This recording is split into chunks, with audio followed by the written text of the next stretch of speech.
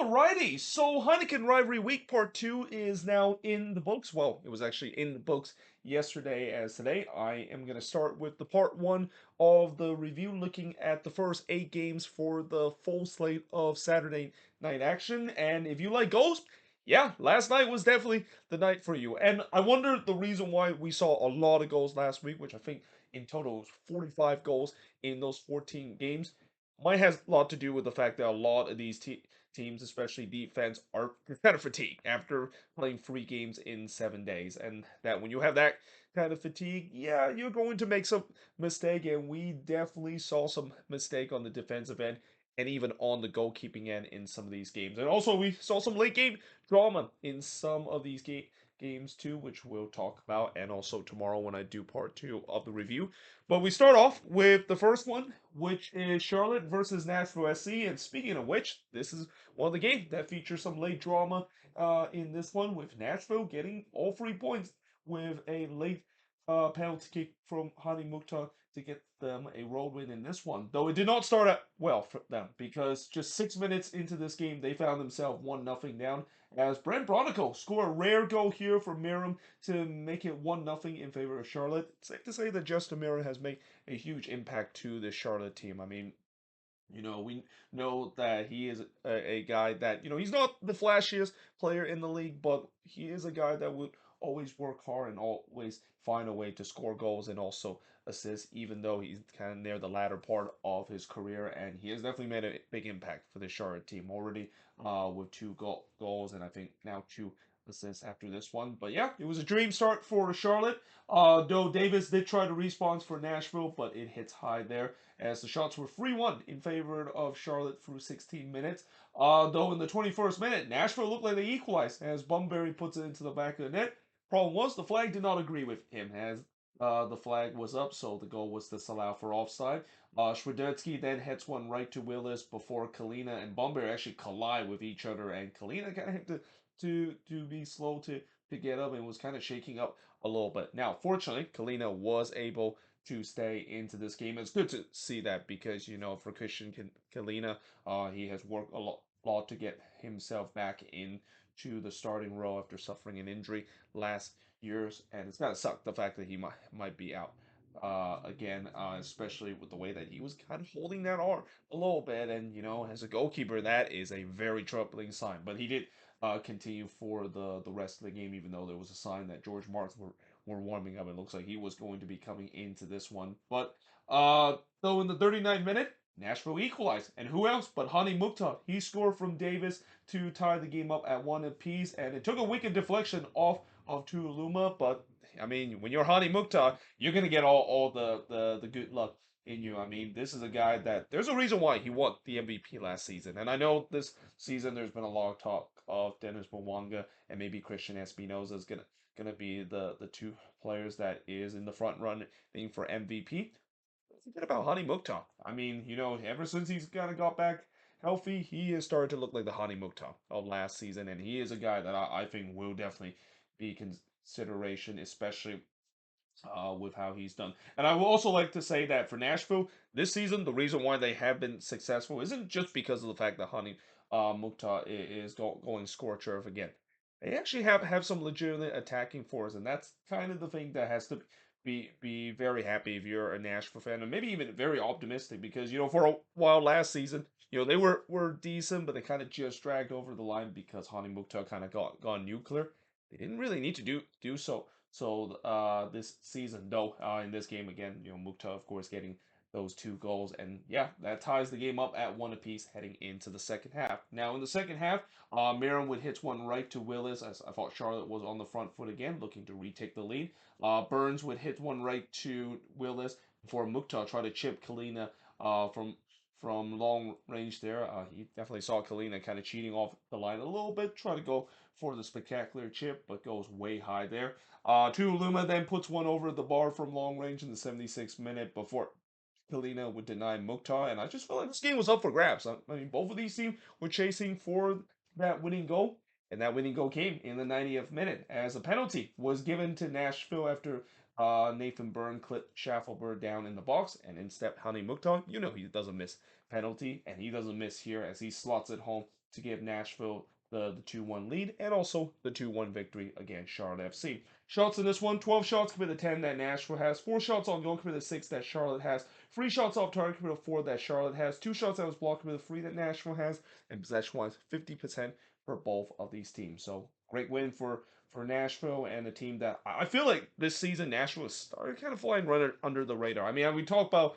in the East, those good teams like Cincinnati and New England and so forth. But people realize that Nashville is sneakily good, and they definitely could be in that conversation along with the Cincinnati, the New England, and even the Philadelphia Union as the team that could be considered to be true contender in the Eastern Conference. But for Charlotte, they haven't had a great run in the last couple of games. But yeah, this is going to be a bit of a frustrating one, especially conceding a late penalty to lose this one, and they're just going to have to bounce back heading into the next game.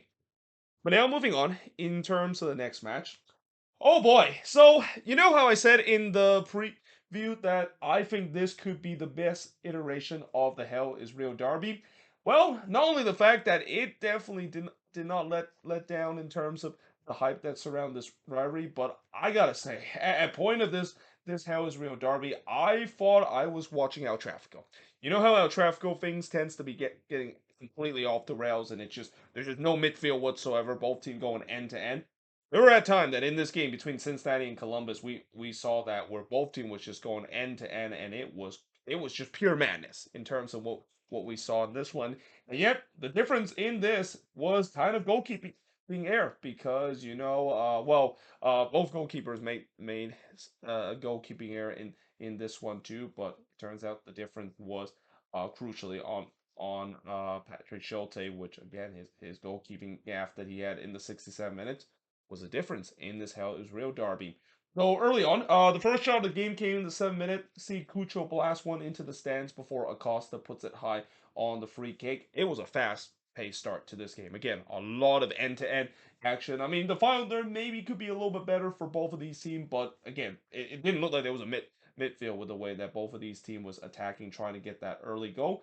And it shouldn't be a big surprise that the early goal did came in the 19th minute as Lucho Acosta. He scored here from Baji to make it 1-0 in favor of Cincinnati. Just 1 minute later, a penalty was given to Cincinnati after Quinton brought down Baji in the box. I mean, Columbus had a lot of issue in terms of dealing with those transition that Cincinnati has, and I just wonder maybe a lot of that has to do with the fact that they maybe pushed a little bit too far up the field, and that Cincinnati are just able to find that gaps, and that Columbus aren't able to get themselves back in time on the defensive shape because Cincinnati was just ruthless early on whenever they go on the transition, and yeah, this was an example of that and that the penalty was given to Cincinnati, and Acosta buried to make it 2-0 in favor of Cincinnati. And I mean, really, it looked like it's unraveling for Columbus already. I mean, they looked all over the place on the defensive area. Though Zarian did had a shot that was deflected, and it actually was deflected in the air, which Cucho was able to get to it, but his shot was actually tipped over by Celentano. And then in the 29th minute, it looked like it was 3-0 in favor of Cincinnati. Vasquez puts it into the back of net, but the goal was disallowed for offside on the development of play. But again, just it came off of a transitional play. Columbus was just having no answer in terms of whenever that ball is played quickly and played directly from Cincinnati in this one. In the 32nd minute, Vasquez hits one right to Schulte, and again, it's been all Cincinnati in this Hell is Real derby so far. I mean, there's been some chances for Columbus, but man, they have to be tight up a little bit, and I think that's kind of what Wilfred Nancy is thinking because yeah, they were playing way too loose in this one, especially at the back, just leaving gaping holes for Cincinnati to exploit whenever they go into transition, and I thought this could get ugly for Columbus. But then in the 40th minute, they got themselves back into the game as Lucas Zarian would score from Cucho to make it 2-1 in favor of Cincinnati. So with all in doubt, why not have your best goal scorer score the goal? Well, in this case, your best assist maker scoring the goal here with Lucas Arian scoring here from Cucho to make it 2-1 in favor of Cincinnati. And then Cucho hits it right to Sautano. And all of a sudden, the momentum changes. It was Columbus, the one that had the momentum. I mean, I said life for Columbus, that maybe is another statement. They actually had the momentum and they were pressing to try to get the equalizer late in, and actually it's not the second half, it's actually the first half. And I thought Cincinnati was kind of hanging on a little bit, and you can also kind of sense that the crowd was getting a little tense too. I mean, it was kind of a party atmosphere when Cincinnati went up two nothing, but it definitely was silent after that goal from Zarian. And yeah, Columbus was trying to chase for the equalizer. But we do head to halftime with Cincinnati leading 2-1. But it didn't take long for Columbus to get the equalizer. As 7 minutes into the second half, Multi Amundsen scoring for the second game in a row here to make it 2-2 in this one. But yeah, for Salatano, he would definitely like to have that one back. I mean, giving up a juicy rebound there, which Amundsen pounced on it to tie the game up at two apiece. But then 15 minutes later, Cincinnati take the lead. And what's frustrating for Columbus, I think, in this game too, is the fact that I thought Columbus played well in the second half. I thought they were the better team for at least parts of this second half, and you can see the momentum was really in favor of the visitor. But then again, this moment in the 67th minute, where Marino was able to score here from Cupo and Vasquez, but it shouldn't have happened if Patrick Schulte got Hugh here. I mean, he tried to dribble this one out and just got it absolutely wrong here. Lost the ball there, and when you're a goalkeeper and you try to dribble out and you lose the ball, yeah, you are basically in serious trouble. And that it's no surprise that Cincinnati capitalized on that mistake, and that of course made it 3-2. Won't be the last time I'll talk about how goalkeepers trying to play it out at the back, and it just gone terribly wrong. That led to them conceding a goal, but. In the 72nd minute, Barriel would hit a free kick that was on the roof of the net before on the other end, Zarian would curls it wide there. And really, as the time winds down, you can see Cincinnati was dropping their lines. They were trying to hold on to this one. Columbus continued to push man forward. But at the same time, I also thought that Cincinnati tried to do something similar they did in the first half, knowing that Columbus is going to really push their lines there. They're going to have the opportunity on the transition. Though I will say that, at least in the second half, they did a little bit better job in terms of what they did in the first half. Like in the first half, Wilfred Nancy's side was just all over the place in the defensive area when dealing with those transitional play from Cincinnati. I thought they did a little bit better, though they were still giving up some chances. Schulte would then deny Barriel on the free kick, and then Madrona had to clear the ball off the line there. But then in the third minute stoppage time, wow, what a save this was from Roman Salatano. He absolutely robbed Maria on the back post. I mean, if you haven't seen this, basically Maria this one very well in the back post, but Salentano somehow in some way was able to palm that one with his left hand to keep that one out. And yeah, that was a huge save because that went in. It would have been 3-3 in this one. But instead, Cincinnati hold on to win 3-2 in this Howard's Real Derby as the shots in this one. 10 shots committed, 11 that Columbus had. 7 shots on goal committed, 6 that Cincinnati has. Both team had 3 shots that was blocked. Both team had 1 shot that was blocked. And possession-wise, 66% possession compared to 34% possession that Cincinnati has in this one. And I believe there's 2 more meetings between both of this team for the rest of the season. Give me more Hell Israel Derby. Give me more of this because this is just as entertaining as what we see with El Trafico earlier this season, and I think we're gonna get one pretty soon too. I don't exactly know when exactly it is, but I know it's for sure that we're definitely gonna get another one. It's probably gonna be very soon. But yeah, in the end, Cincinnati they'll probably be happy to get the bragging rights, and they continue the perfect run. Now 8-0-0 at home at TKO Stadium. Remember how they struggle at home when they open that building? So much this season. I mean, they have been nothing but perfect so far this year at home. And for Columbus, it's a tough one to swallow because I thought that they played well in this one, especially in the second half. But again, in these big games like that, the old saying, it's fine margin. One mistake can really cost you the game. And yeah, for Patrick Schulte, that's going to be one that he's going to have to get over and maybe think about for a while because of the mistake that he did that kind of cost Columbus a chance to maybe even get a point out of this game. But moving on, in terms of the next match, is DC versus the Galaxy. So I think watching the Galaxy play in the last couple of games kind of makes me a little bit more frustrated about how the Quakes play against the Galaxy a couple of games ago. Where this Galaxy team, you remember how they fought that after getting that big Cali Clasico win, maybe that's a season defining moment. Nope. In these next two games, they have not looked anywhere near of what they thought that the season was going to turn around. In fact, they look like a team that has been throughout this season, which is just a team that is just going through the motion this year. Now, early on in the first half, 2 minutes in, O'Brien would pulls it wide from long range before Click also did the same thing, but he puts that one for from long range too. And again, it was a promising start for DC, who had some good half chances. Brugman, though, on the other end, hits one right to Miller before Pooch would have a weak shot right to Miller too, as the Galaxy started to kind of create themselves some half chances as well. Click would hit one right to Block, or right to Bond there, as the chances were starting to be limited as the rest of the first half go. And in fact, we do head to the first half with the game scoreless between both of these teams. But in the second half, Benteke would hit it wide from close before Boy would hit one into the side netting, as I thought half chances were coming in for both of these teams. Though O'Brien in the 59th minute hits one right to Vaughn. And then in the 67th minute, Benteke thought he opened the scoring as he puts this one in the back of the net, but unfortunately the goal was disallowed for offside. But 4 minutes later, he was not denied by the flag as he scored here in the 71st minute to give DC the lead. But he can also thank Jonathan Bond for this. I mean, this was probably the worst game for Jonathan Bond in goal for the Galaxy because yeah, I mean, he just like what Patrick Schulte did. He got cute there at the back, trying to play out of the back, and he lost control of it or miscontrolled it, and it goes right to Benteke. And Benteke say, "Thank you very much. I'm just gonna slot it in to the empty net for probably the easiest goal I've ever scored in my career." And yeah, DC of course made it 1-0, and that was a turning point in this game because the floodgates, little did we know, open up for DC in this one, as not long after the homie would score his first goal for DC United from Benteke to make it 2-0 in favor of DC. So Benteke, great night for him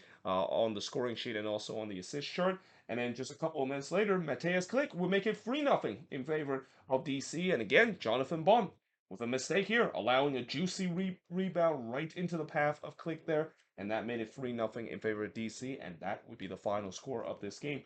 Shots in this one, 13 shots with 11 that the Galaxy had, 6 shots on goal with the 5 that DC had, 7 shots off target with 3 that the Galaxy had, 2 shots that was blocked with the 1 that DC had, and possession-wise, 47% possession compared to 53% possession that the LA Galaxy has in this game. And also, after this result, the LA Galaxy is now officially at the bottom of the Western Conference. And depending on how you look at it, I mean, I know it's doom and gloom right now, but some Galaxy fans may be happy because, yeah, that means one step closer of eventually Chris Klein has to be the man of his word, which is, he's going to have to resign if this team doesn't make it to the playoffs. But on the other hand, I mean, it is just an absolute mess right now. And going back to what I said about the Quakes losing that game against the Galaxy, I mean, I know the Quakes sucked on the road this season. And I'll talk about how that kind of can continue this week when I do part two of this review, talk about their game against LAFC. But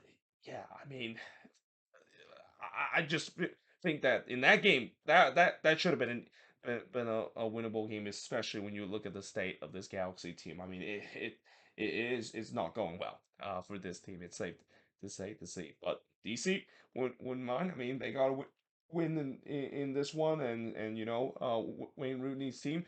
This has been a good last couple of weeks for them, and that I feel like in this season when we talk about it's kind of like a boom and bust kind of season for them so far. Some of those players that we thought that was kind of boom or bust, they definitely have been boom. I mean, Christian Benteke, last season he was a guy that was just so frustrating to watch if you're a DC fans because of him missing chances left and right. And although he still kind of does that this season, he's also scoring those goals too, and that's got to be a great news if you're a DC fans to see. But moving on in terms of the next match, is Miami and Orlando City. So this resort kind of maybe surprised some people because of the way that Orlando City, it's kind of an unpredictable team to predict. But also when you look at how this game played out, I don't think it was a lot of surprise that Orlando got the 3-1 win against Miami in this Florida Derby. I mean, simply Orlando was just way better in this one. Gonzalez did have a chance in the 4th minute, but he hits one right to counter, as I thought Orlando was actually on the front foot and looking for the opening goal. Kara had a free header, but he was robbed by Calendar in the 12th minute, and then in the 13th minute, Angulo had a shot that was deflected, and it was actually kept out by Calendar. Again, Orlando was all over Miami in this one. Miami really came out of the gate slow in this one, and it cost them in the 19th minute because that pressure that Orlando put early paid off as Arjan Kara would score from our hope to make it 1-0 in favor of Orlando City. Again, I don't know if it's Araujo or Arujo or whatever. I'm just gonna say Araujo from now on because he's Uruguayan and I believe that's the Spanish pronunciation that is. But yeah, that gives Orlando a 1-0 lead. Campana did try to respond, but the flag went up for an offside as he shoots one into the stands. I thought Miami did finally start to show some life after it was just kind of sleepwalking in the first 15 minutes of this one. Though Torres did put one wide from close range as the shots were 4-0 right now for Orlando. Again, the shot that Campana had in 24th minute, it didn't count because the offside flag was up before he shoots that one. But again, Miami still searching for their first shot. In fact, they would have zero shot after of the first half is play. I mean, it's safe to say if you're a Miami fans, that has to be incredibly frustrating. Like against your hated rival, and they basically didn't really kind of showed up at least for the most part of the first half. Now in the second half, Caro would hits it high from close as he was looking for his second goal, but then in the 57th minute. Miami equalized. It's Leo Campana. He scored here from Martinez and Yetlin to tie the game up at one apiece. That was the first shot for Miami in this game, and it was a golazo too. I mean, that's kind of the thing about Miami this season is that they know how to score golazo going, and Campana absolutely hits this one on a rope. I mean, Galese had no shot in terms of saving this one, and then in the 62nd minute, Galese had to deny Aurora from long range too because Miami they're a team that they're not afraid to shoot from long range, and when they shoot from long range, usually when you see teams try long range shot, it's kind of low percentage shot and it doesn't get on target. Not with this Miami team. I mean, they are very accurate from long range, and I even wrote it's bombs away from Miami, a team that's known for those long range effort, and they're trying to test Calese again with those shots. Though in the 67th minute, Orlando get the lead back. It's Ojeda scoring from Kara and Schlegel to make it 2-1 in favor of Orlando City. Didn't actually see the name on the very right side of the board, but yeah, that was just a well worked goal for Orlando City. That was kind of what Orlando City should be, and at least what Orlando City fans thought that they could be getting for this season, where when they signed so many of these good decent players, you have a feeling that eventually they would play that beautiful brand of soccer that we saw Oscar Pereira was able to implement in the first season, and that was kind of shades of it. I mean, they just completely cut open that Miami defense, and yeah, that gives the Lions a 2-1 lead over Miami. Santos trying to make it 3-1, but he posted wide from close range to the 78th minute. But he did make it 3-1 just 6 minutes later. As he scored here from Maguire and Ojeda to make it 3-1 in favor of Orlando City, and that would be the final score in this Casa del Sol. I think that's the name that they actually throw into it. I'm not sure that's actually the official Derby name. I'm just going to call this the Florida Derby, mainly because both teams are based in Florida. But the shots in this one, 11 shots for the 6 that Miami has, 2 shots on goal for the 4 that Orlando City had, 6 shots off target for the 2 that Miami has, 2 shots that was blocked for the 1 that Orlando has, and possession-wise, 61% possession compared to 39% possession that Orlando City has in this game. But in the end, Orlando just wanted more in this one. But obviously now the big question is, can they carry that into next game too, which is kind of been maybe as big of a rivalry as they have with Miami and Atlanta United that Orlando City fans had. Like they finally found some consistency, which has been anything but that so far this season. But for Inter Miami, I mean, this just kind of continues my point about this team kind of being a streaky team and how when things are good, things are definitely good. They're definitely on a roll. But when things are bad, yeah, things can be really bad. And right now, I think Miami is definitely heading that downward trend with them now. I think this is now their third loss in a row. And again, this could be bad for them if they don't turn things are around, and that's gotta also frustrating if you're a Miami fans, because I know Orlando fans are frustrated because of their inconsistent form. Miami fans are probably frustrated the fact that this team, they're just way too streaky, and it's good to sometimes be streaky, but you just want to also have a point where you don't want to just go through a period where you be on a high, and then you go through a period where you're on a low, and especially when you're kind of like a streaky team, you better hope that if you do make it to the playoffs, you're on that streaky part where you're on the high instead of being on the low. And again, we'll see whether or not if Miami can can get themselves back to winning in ways. I mean, as long as they hit their 6 game losing streak, they'll probably get themselves back to the winning in ways. But that being said, I am going to switch forward now and look at the last 4 games as part of part one of this review of match week number 14. So moving on in the next match is the Red Bulls and Montreal. And speaking of teams that's kind of heading toward a downward trend, that's kind of the case for Montreal. It feels like maybe they're starting to go back down to earth a little bit after, for the past couple of weeks. Hernan Lasada has done a good job in terms of turning this team around, getting themselves into playoff contention. But yeah, these last 2 games kind of show you why Montreal kind of sucked in the first couple of games, and especially the row woes kind of has been a problem for Montreal this season, and it continued in this game against a Red Bulls team that seems like they're heading toward the opposite direction, and that new head coach kind of boost they have under Troy Lesson is definitely helping them to get themselves back into playoff contention. Now, early on, 9 minutes in, Burke puts it wide on the side netting before Siwas would deny Camarena after just a bad turnover there from Montreal. And I thought Red Bulls, they started well in this one, looking to try to get the opening goal. And they do. In the 23rd minute, it's Andres Reyes that scored here to give the Red Bulls a 1-0 lead. Not great set piece defending whatsoever for Montreal. I mean, they basically let that ball dangling in the 18-yard box and didn't clear it away. And when you don't clear the ball away, you're asking to get to get to give up a goal, and that's exactly what happened in that one. And then C. Walsh would deny Castries for the second goal for the Red Bulls, and I thought they were all over Montreal early on. They were pressing to try to get that second goal, but instead Montreal actually tied it. And it's Joel Waterman that ties the game up at one apiece. It was completely against the run of play, and was really Montreal first shot of the game. So that's gotta suck if you're the Red Bulls. You've been playing so well, and you basically got hit by a sucker punch. But give credit to the Red Bulls. They did not falter one bit. Nealis had a shot that was blasted high from close before in the 37th minute. They retake the lead.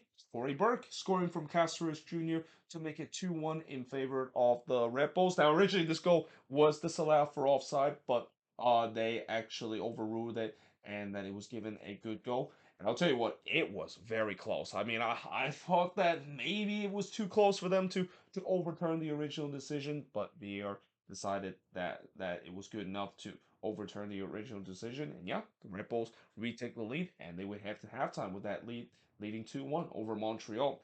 Now in the second half, Burke was trying to look for his second and the Red Bulls the third, but he hits it straight to C. Wasp before Harper hits one also right to C. Wasp. And the Red Bulls, again, they look like they were putting this game away, trying to get this third goal. Though Ofer did hit it right to Cornell, and then there was a huge shout for a handball in the box for Montreal, but it wasn't given. And you kind of had a sense that we've seen this before with teams where unable to kill the game off and how it could come back to haunt them.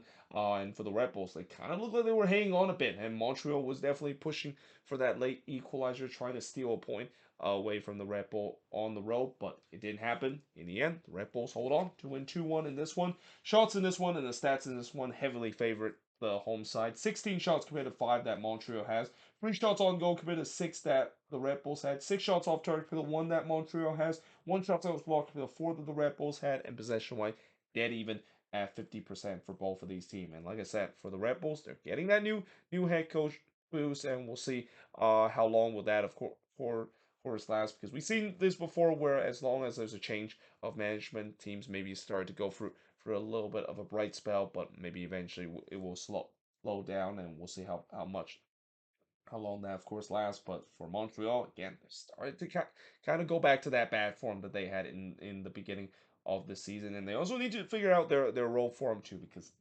so far I don't think they have actually got well actually they have got a win. I forgot that they got a win on the road against Sporting KC, but you gotta have to kind of put an asterisk in terms of because Sporting KC was just so bad up to that point. I mean, besides that, they have not done well so far this season on the road.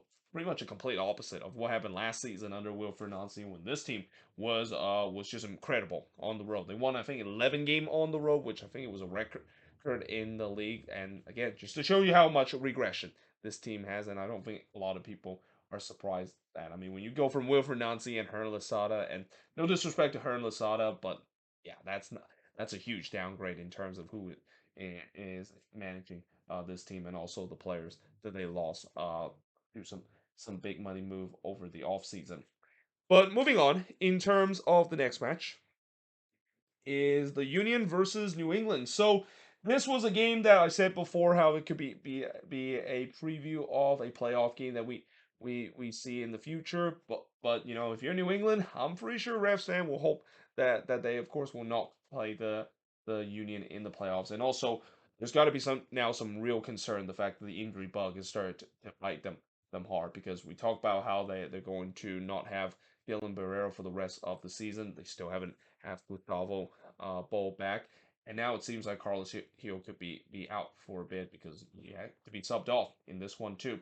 Petrovic, though, early on did deny Carranza a shot that took a deflection before he denied Gastak from close in the 10th minute. As I thought the Union were on the front foot, they were pressing early for the lead. Though the first shot for the Revs did came as Bobby Wood just pulls it wide from close range. I mean, that was a really good opportunity for the Revs to almost score against the run of play. But then on the other end, Petrovic would rob Carranza on a point blank effort because this is Georgi Petrovic. There's a reason why he is one of the best goalkeeper. And the other thing that I think I forgot to mention in the preview is the fact that not only this is a great matchup for both of these teams that could be contender in the East, but it's between two goalkeeper that could be the front runners in terms of winning goalkeeper of the year between Petrovic and Andre Blake. Though again, we saw more of Petrovic in this one because the Union were by far the better team in this one. But like I said, in the 35th minute, I talked about the heel injury. This is where he, of course, had to subbed off with an injury. And again, you just hope that it's not a serious injury. Losing Carlos Hill, your talisman, that is going to be a big blow for this Revs team. I mean, they already suffered some big blow in terms of injury. Hill is probably right near the top of the list, if not at the top of the list of players that they can least afford to lose for a while now. But we do head to halftime, scoreless between both of these teams, but it wouldn't stay scoreless for long in the second half, as in the 56th minute, Daniel Gastak would score from Uru to give the Union a 1-0 lead. Brandon Bai did look for a response, but he blasts one into the stands before Romney also heads it wide from the corner in the 67th minute. And then Carranza absolutely fluffed his lines from close range. Yeah, this is one that he's going to want to have back there. But I also thought that, the Revs, I know that they're definitely pushing to try to get the equalizer, but they got to be a little bit careful of doing it because if they push too many men forward, we know this Union team can be lethal on the counter attack, and they were lethal in this one on the transitional play too. In fact, in the 72nd minute, a penalty was given to the Union after Farrell brought down Uru in the box, which Gastak steps up. Again, Gastak, one of the most lethal penalty kick taker in the league. He's not going to miss that, and he didn't miss it here to make it 2-0 in favor of the Union. And then the Union really put this game to all doubt in the 88th minute as Carranza would make up for his bad miss that he had in the 69th minute as he scored here from Donovan to make it 3-0 in favor of Union. It was just so well worked from the Union here on a lightning counterattack. Again, the Revs, they were pushing man forward. You knew that they were going to get caught out by a transitional play with them pushing so many men forward, and here they just kind of did so. So yeah, that made it 3-0, and that would be the final score of this game, as the Union would get the win in this one. Shots in this one, 17 shots for the 8 that the Revs had. No shots on goal for the 7 that the Union has. So again, we didn't really see Blake had to do anything in this one because of the fact that the Revs failed to register a shot on goal. Both teams had 4 shots off target, 4 shots that was blocked compared to 6 that the Union has in this one. And possession-wise, the Revs actually had more of the possession, 57% possession compared to 43% possession that the Union has in this one. But in the end, it's the Union getting the big victory in this one, and they are definitely started to climb up in the standings in the Eastern Conference. Again, if you thought that this is going to be a team that looked like they might be luster because of suffering a very disappointing semifinal loss to in the hands of LAFC, you would be wrong. I mean, this is a team that we've seen it before. This is one of the rare team and Jim Curran team, one of the rare kind of coaches that is able to deal with, continue to get his team to perform at its best, even if they did go through a CONCACAF Champions League deep run. Because we've seen so many teams when they go through a CONCACAF Champions League deep run, it just derail their season, especially if it ends in heartbreak like the Union did. But that not been the case. I mean, this team has been playing very well, and I won't be surprised they will be right up there in the standings as we get near the halfway point of this season. But now moving on in terms of the next match is Austin and Toronto FC. So again, this is a game where I'm pretty sure both of these teams desperately wants to win. I mean, I don't know if I mentioned this as being a desperation derby, but this kind of had that feeling of doing so. And in the end, it looked like this was going to end in a 0-0 draw, which kind of doesn't help both of these teams. But Austin able to prevail in the end in this one. Early on, Urruti actually came close of the opening goal. In fact, the post denied him in the 15th minute from close range before Pereira, which drives it wide from close range. It was all Austin early in this one. In fact, for most of this game, it was Austin FC dominating this game. But just the problem in this one is that they just lack that clinical finishing. But in the 40th minute, Cascante did heads it high from close range, and we do head to halftime scoreless between both of these teams. And the 49th minute, the first shot for Toronto did came as Sapon missed wide from close range, but then on the other end, Johnson would deny Pereira from close before Jafal would miss wide from close. And again, Austin continued to dominate this game, but you just gotta think that can they be a little bit better, not only in the final third, but just their finishing too, because up to this point, they were heavily in favor in terms of the shots, but in terms of the shots on goal, I mean, I think they only had like one shot on goal so far, and it came in the 59th minute. In the 72nd minute, Rigoni would hit one into the side netting on the free kick. It's safe to say that Rigoni has started to play much better. I mean, I know that he still only had that one goal that he scored against the Quakes, but I think when you look at how he's been playing lately, and especially I think because of the fact that he's moving more toward the left side, which is seems like the side that he's more comfortable attacking, you can start to see that Rigoni is starting to show that flashes and show why Austin pay a hefty amount of money to get him uh doing last year. But in the 88th minute, Lundqvist would pulls it wide from long range, but you just kind of feel like, with all these missed opportunity that Austin has, is this just one of those games where they just cannot find that clinical finishing? Well, the good news is it wasn't one of these days, because in the first minute stoppage time, Austin finally broke through, and who else but Jerzy Zardes here scoring the opening goal. Lima actually struck the post in this one, but fortunately it fell right into the path of Zardes. He puts that one away, and again, this is the thing I've said about Jerzy Zardes in the last game. That I said when he was with Colorado, he it took a while for him to get going with the Colorado Rapids, but once he got going, he started to score in bunches, and so far it seems like it's started to be the same case too. Albeit, it's still early to tell, because even though this is 2 goals in 2 games for Zardes, we'll see whether if he can keep this up. But this has to be great news for Austin FC, because goal scoring has been a problem this season. They just don't really have that clinical goal scored. And again, a lot of that has to do with, injuries has started to wreck this team a little bit. They've been missing their key number 10 in Dre UC for the past couple of games. So somebody's got to have to step up for this team. And it seems like Jerzy Zardes has at least answered that call in the last couple of games. And yeah, big win here for Austin over a struggling TFC side of a 1-0 win. Shots in this one, 16 shots committed, just 3 that TFC had. No shots on goal for the 2 that Austin has. 2 shots off target for the 11 that Austin has. 1 shot that was blocked for the 3 that Austin has. And possession-wise, 62% possession compared to 38% possession that Toronto FC has in this game. And Bob Bradley, his seat has to be really hot right now. I mean, I won't be surprised that, between him and Greg Vanny, I think that those are the 2 that probably is going to be the next one to go, because this was just another flat performance by TFC. And right now it's started to get to a point where, how when teams are not doing well this year their key players has started to call out the team.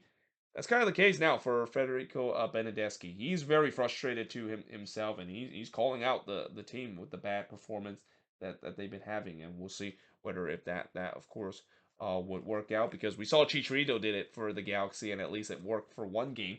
We'll see whether or not if TFC can bounce back, because yeah, it's just been a rough season for them, and that Bob Bradley again, he's under a lot of pressure, and I won't even be surprised that he could potentially be let go as soon as this week, because I have said the same thing about Gerhard Stuver before, and little did we know that just a couple of days later he was let go by the New York Red Bulls.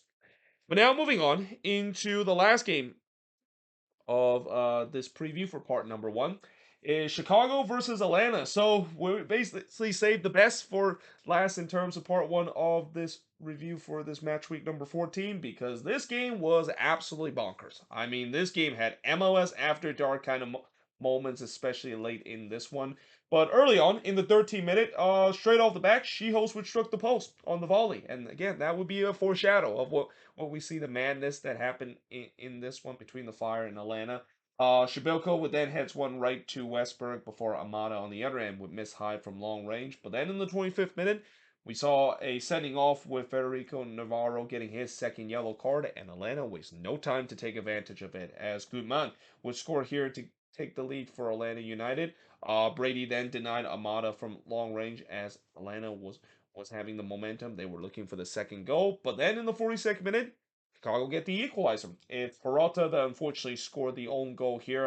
Peralta, of course, heading it back toward his own goal from the corner, and Westberg he tried his best to try to save that one off the line. And I'm not gonna lie, it did not go past the line by much. I mean, I think when they show on the replay, it wasn't. I thought there was a couple of times where I thought, I don't think that actually crossed the line. I don't think the ball was all the way all over the line. But again, the original decision, of course, was goal, and that I think VAR did kind of checked it to see. And also remember, MLS, there's no goal line technology, and that you just gotta judge by the camera angle, and at least the camera angle it shows.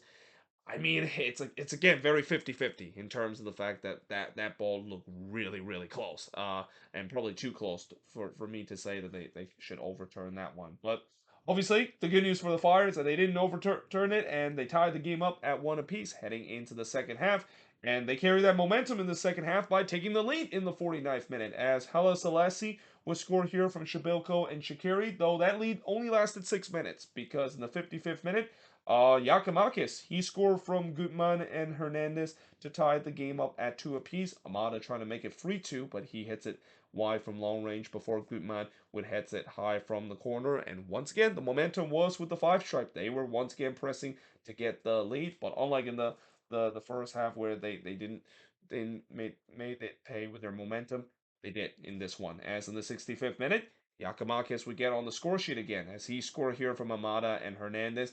It's safe to say that Yakimakis has made a big difference ever since he come back. Like when you look at this Atlanta team and their attack, it is night and day when you see Yakimakis in this team compared to when he was out of injury, and they're really hoping that he's going to stay healthy for the rest of the season. But yeah, he scored here. That gives Atlanta the lead. Actually, originally this goal was disallowed for offside, but they actually overruled it. And again, this was very close. I mean, it maybe one that I wouldn't be surprised that they decided to stick with the original decision, but instead, VAR decided to overturn it. And yeah, that gives Atlanta the lead once again. Though in the 71st minute, Araujo, of course, he is on his way out. So yeah, why not saying farewell to his team soon by getting himself a red card in this one, as he get his second yellow here, and we get into a rare situation where it's 10v10 soccer between the Fire and Atlanta United. I think this is actually the first game where we see both team getting a player send off in this one.